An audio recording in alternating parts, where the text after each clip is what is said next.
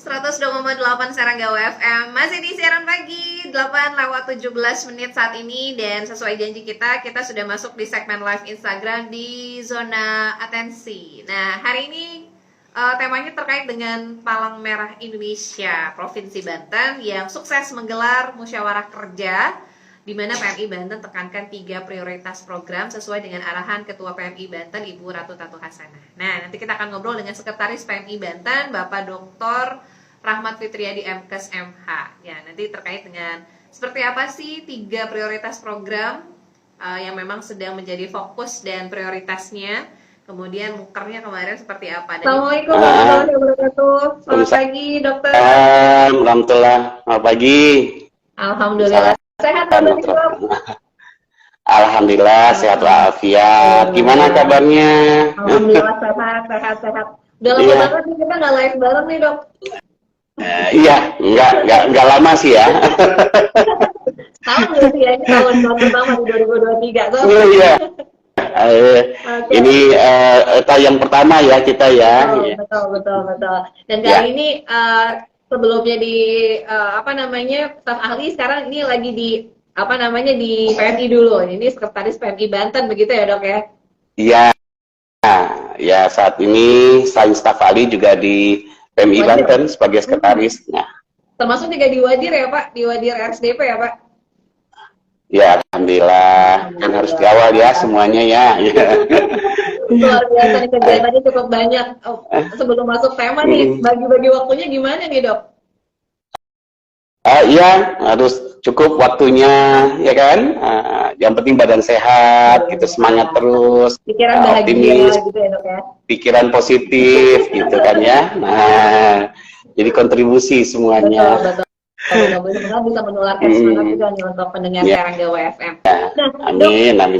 Saya izin nih mengangkat tema terkait dengan PMI, mudah-mudahan berkenan nih, karena masih fresh banget, baru beberapa hari melakukan atau menggelar musyawarah kerja begitu ya di Jawa Barat, Bandung tepatnya. Ini tentunya mengundang seluruh pengurus, bukan hanya di PMI Banten, tapi juga di 8 kabupaten kota lainnya juga ikut serta. Nah, boleh sedikit cerita nih, Dok, terkait dengan muker PMI Banten kemarin. Ya, terima kasih. Ya, selamat pagi dan assalamualaikum warahmatullahi wabarakatuh buat semua pendengar Sarang Radio FM ya. Nah, yang pertama adalah ini apresiasi tentunya buat teman-teman PMI se-Provinsi Banten, dan ini berkat kepemimpinan Ibu Ketua ya, Ibu Hajah Ratu Tatu Hasanah SMAK. Jadi PMI Provinsi Banten itu sangat unik. Jadi sangat unik. Jadi kita tidak memisah-misahkan, oh ini kabupaten kota, ini provinsi, tidak. Ini yang kita bersama-sama. Jadi di PMI Pusat, PMI Provinsi Banten itu terkenal dengan kekompakannya. Jadi makanya kalau kita lihat ada acara-acara PMI Provinsi Banten, itu melibatkan semua PMI kabupaten kota yang ada. Karena kita paham bahwasanya PMI Kabupaten Kota inilah menjadi ujung tombak dalam segala kegiatan kita. Jadi sudah beberapa kali, sudah sering, bukan hanya satu kali ini saja. Jadi kegiatan kita itu sama-sama dengan PMI Kabupaten se-Provinsi Banten bersama PMI Provinsi Banten, termasuk musyawarah kerja kemarin. Jadi musyawarah kerja itu adalah sebuah sebuah kegiatan yang diselenggarakan setiap tahun untuk merencanakan kegiatan kita di tahun 2023 ini, dan sebelumnya mengevaluasi di tahun 2022. Nah, itulah. Itu kira-kira gambarannya seperti itu. Gambarannya. Jadi ada 2 agenda, selain mengevaluasi kinerja di 2022, kemudian menyusun program kerja untuk 2023 selama 1 tahun begitu ya, Dok ya. Nah, dari peserta yang tentu saja hadir, ada berapa banyak nih, Dok, kalau dihitung secara umum lah, dari teman-teman kabupaten kota juga yang ikut? Ya, kita yang hadir itu dari perwakilan PMI Pusat, ya kan, seluruh pengurus yang ada di PMI Provinsi Banten, dan tentunya pengurus yang ada di kabupaten kota. Nah, lebih kurang kita yang hadir kemarin itu 100 orang lah, dengan relawan-relawan kita, media kita, gitu. Karena bukan hanya yang memang itu banyak juga relawan-relawan begitu ya dok ya dari kabupaten Betul, kota yang terjun concern di betul. ini. Nah ini terkait dengan 3 prioritas juga tadi disampaikan oleh Ibu Ketua PMI Banten Ibu Ratu Tatu Hasanah, ada 3 prioritas program nih terkait dengan program kerja di 2023. Mungkin banyak yang masih Ya, beranggapan nih mungkin ya secara umum kalau PMI itu paling ngurusinnya donor-donor aja, bukan begitu? Ya, pasti lebih ya. luas ya dok ya? Ya, tentu lebih luas. Nah, sedikit diceritakan dulu ya. Kemarin itu selain kita musyawarah kerja, kita juga menyelenggarakan orientasi kepala merahan buat pengurus dan relawan seprovinsi Banten. Yang narasumbernya itu dari ICRC pusat dan juga dari pengurus pusat PMI pusat gitu ya. Jadi memang ternyata ini buat informasi juga buat kita semua. Jadi PMI itu dalam lahirnya negara kita itu sangat berperan. Jadi pada waktu tanggal 17 Agustus negara kita itu merdeka tahun 45, 17 Septembernya 1945 PMI berdiri. Dan satu-satunya lembaga, belum ada kementerian itu ya. Belum ada kementerian, belum ada lembaga-lembaga lainnya yang terkait di sana, kecuali organisasi sosial masyarakat yang lain kan sudah ada ya. Seperti Syarikat Islam dan lain-lainnya ya. Nah, PMI itu 17 September 1945 sudah lahir. Jadi bersama-sama pemerintah untuk berperan di dalam ada korban-korban kah pada saat kita itu kan masih peperangan itu sebenarnya ya. Betul, jadi waktu ada agresi Belanda kedua masuk, nah itulah peran-peran PMI bersama TNI pada saat itu. Jadi ini sebenarnya membangkitkan semangat kita lagi. Jadi ternyata itulah yang terjadi pendahulu-pendahulu itu, dan ketua PMI pertama kita tahu bahwasanya Dr. Andes Muhammad Hatta gitu. Dan PMI itu didirikan oleh ada lima dokter yang pada saat itu diperintahkan oleh Bung Karno untuk membentuk lembaga ini. Akhirnya terbentuk tanggal 17 September dan ketuanya itulah Bung Hatta. Nah, sampai saat ini. Jadi kontribusi PMI itu luar biasa. Nah, sekarang di tahun 2018 kemarin, ya, di tahun 2018 Undang-Undang Nomor 1 tahun 2018, nah itu timbullah namanya ada disahkanlah PMI kita. Jadi lama juga perjalanannya. Ya, dari tahun 45, 50 terus perjalanan PMI itu akhirnya nanti kita punya Undang-Undang Kepala Merahan Nomor 1 tahun 2018 yang menjadi dasar kegiatan-kegiatan PMI gitu. Termasuk tadi itu donor darah, bencana gitu ya. Nah, ada juga program yang lainnya seperti program kalau ada orang yang hilang ya kan. Nah, ada yang konflik gitu ya. Nah, kita bersama ICRC itu PMI ikut di dalam kalau ada masalah-masalah konflik kah gitu. Itu kira-kira. Jadi teman-teman semuanya, sahabat-sahabat Saranggawe, jadi PMI itu dari undang-undangnya ada di negara kita ya. Yang pertama itu adalah tugasnya untuk bencana, membantu pemerintah. Yang kedua untuk pelayanan daerah, ya kan ya, membantu pemerintah, mendampingi pemerintah. Yang selanjutnya adalah kegiatan-kegiatan manusia seperti dalam masalah konflik, ya kan ya, dan tugas-tugas yang diberikan oleh pemerintah. Kayak kemarin ada COVID, ya kan ya. Nah, PMI pun ikut di dalamnya. Jadi seperti itu kira-kira ya. Wah, ini luar biasa ya, ada 3 program prioritas ya. Salah satunya adalah penguatan organisasi tadi, kemudian juga pelayanan daerah, kemudian juga penanggulangan bencana. Memang ini concern di 3 tadi, bahwa PMI ini bukan hanya melayani pelayanan daerah saja, tapi lebih luas lagi. Dengan usianya juga hampir sama dengan usia Indonesia, tentu saja nih konsistensi ya dari teman-teman PMI. Nah, kemudian seperti apa nih dok untuk peningkatan layanan dari teman-teman atau SDM, baik itu relawan, kemudian juga petugas PMI-nya, tentu saja harus dibekali dengan skill-skill, apalagi tadi ya, ada penanggulangan bencananya, kemudian juga pembuatan organisasi. Apakah ada pelatihan dan pembinaan khusus begitu dok? Nah, begini, jadi kalau kita lihat tadi sasaran kita, utama kita, strategis kita itu adalah pertama, peningkatan kapasitas organisasi. Karena memang kalau organisasi ini kita ada BOKA namanya. BOKA itu adalah self assessment untuk organisasi kita. Jadi penilaian kekuatan organisasi kita. Jadi kira-kira misalkan nih PMI Provinsi Banten apa yang kurang untuk penggiatan, karena memang PMI ini kan cuma kalau kata Pak JK dan Ibu Ketua, PMI itu ada di tengah-tengah. Jadi ada yang memberikan bantuan, baik itu dari pemerintah, dari swasta, dari masyarakat luasnya, lalu dikelola oleh PMI, dan PMI ini memberikan kepada masyarakat bentuk layanan. Layanan itu bisa layanan pada saat bencana, atau layanan darah, dan layanan lain-lainnya. Nah, jadi kita harus punya kapasitas organisasi yang mumpuni. Nah, makanya harus dilengkapi. Nah, apa itu kapasitas organisasi? Dari sarana prasarananya, dari sumber daya manusianya, dari pengetahuannya, dan tentunya dari strategi kita untuk berintegrasi, berkolaborasi bersama-sama. Nah, ini yang kapasitas organisasi inilah yang harus kita dukung, kita support pada semua kabupaten kota yang ada. Kan kemampuannya berbeda-beda. Tetapi itu kelebihan PMI Provinsi Banten itu semuanya kompak. Semuanya kompak, semuanya kompak. Jadi semua punya kelebihan.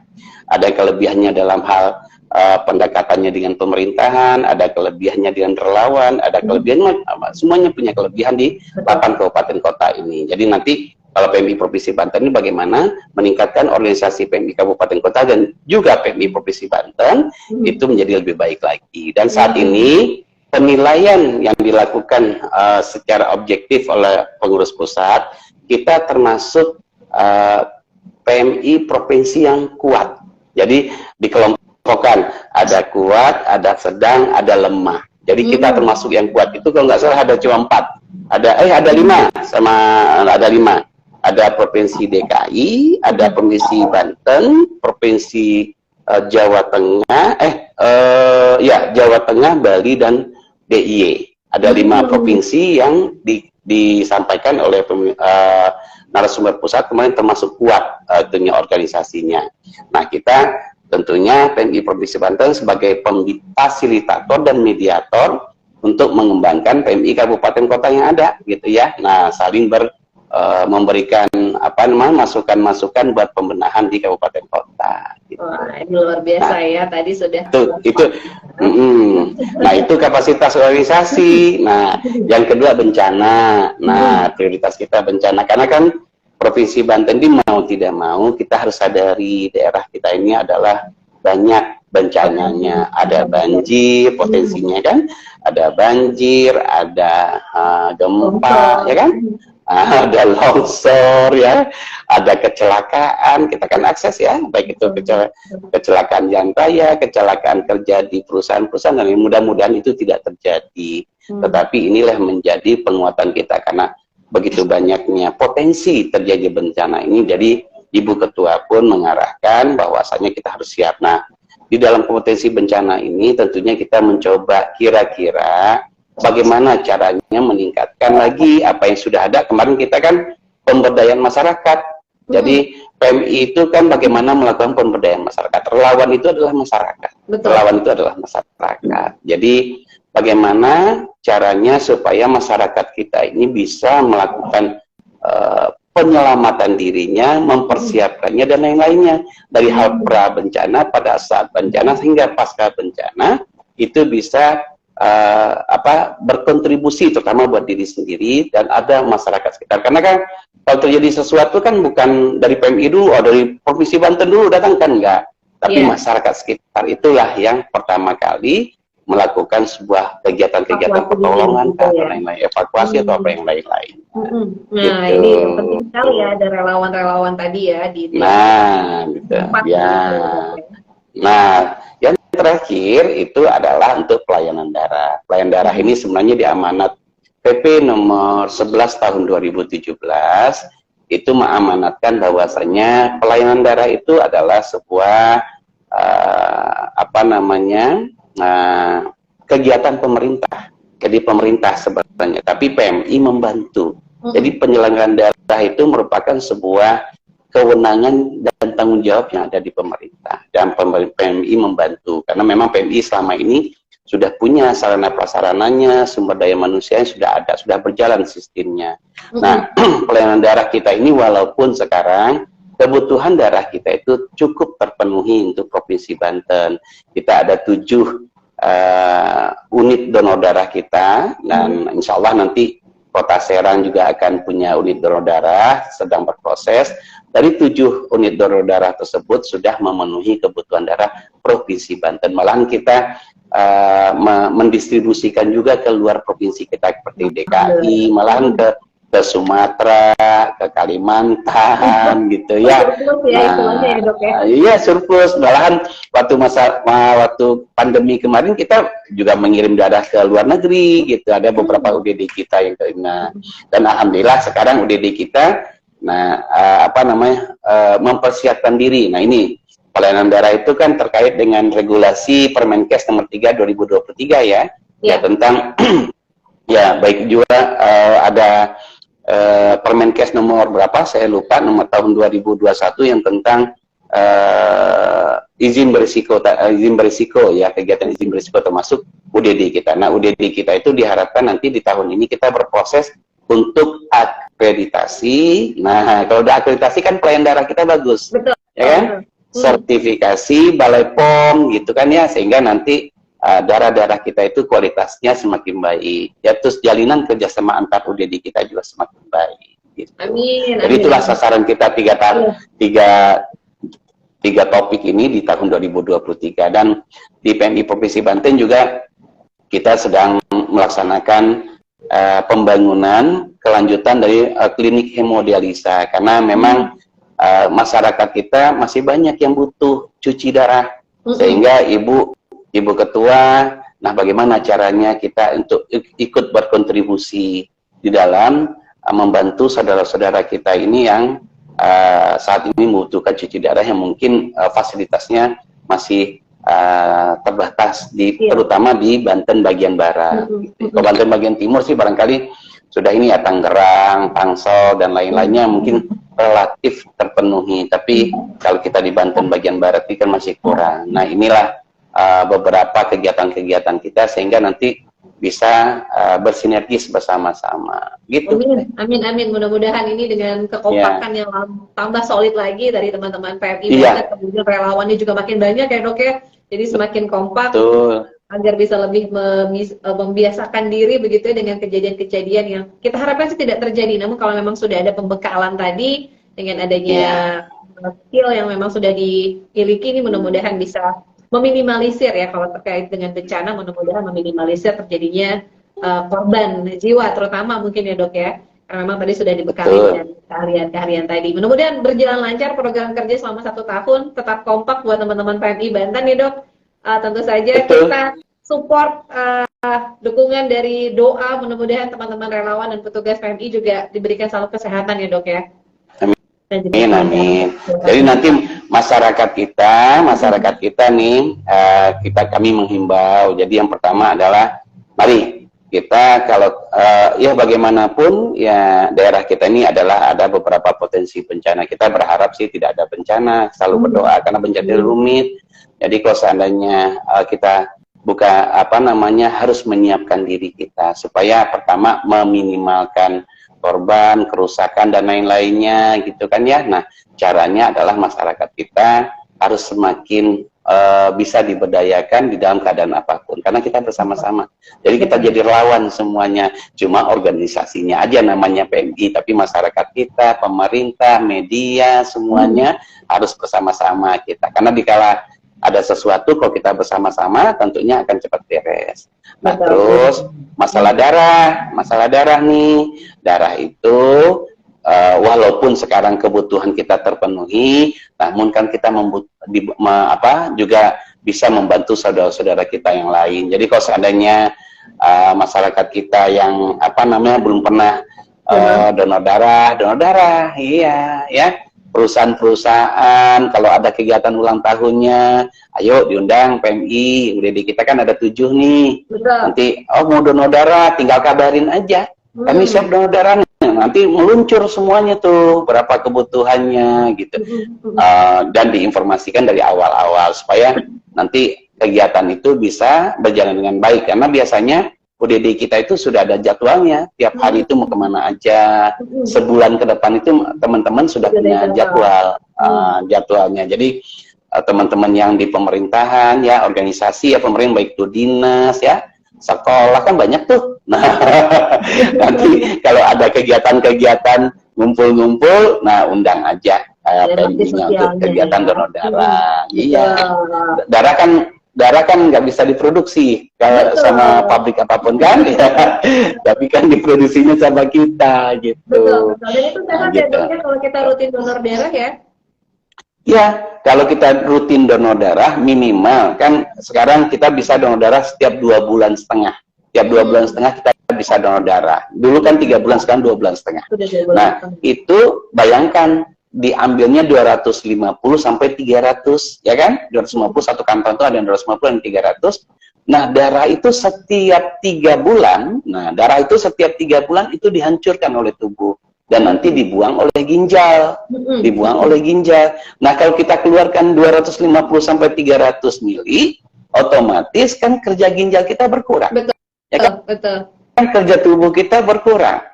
Dan kalau kita ambil darah itu proses tubuh kita akan melakukan namanya pengenceran darah. Jadi darah yang kental, nah kalau darah kental kan jantung susah memompanya, berat ya. Kalau kita ambil 300, dia akan terjadi pengenceran darah. Nah, jantungnya akan semakin baik, ginjalnya semakin sehat, pembuluh darahnya semakin sehat. Jadi sebenarnya itu salah satu manfaat kalau kita donor darah. Selain membantu saudara-saudara kita yang butuhkan. Betul. Wah, ini luar biasa nih ilmunya ya. Selain juga tadi membantu dari segi sosial, berbakti sosial dengan donor darah, tapi ternyata juga efek untuk tubuh kita juga akan merasakan lebih sehat lagi. Ya. Luar biasa nih. Terima kasih banyak nih Dokter Rahmat sudah bergabung di siaran pagi selaku sekretaris dari PMI Banten. Mudah-mudahan diberikan kelancaran dok dari setiap aktivitas. Amin. Kalau kita undang lagi untuk ngobrol-ngobrol di siap. Baik. Ya. Teman-teman dok, sehat selalu, salam buat teman-teman di PMI Banten. Ya, waalaikumsalam warahmatullahi wabarakatuh.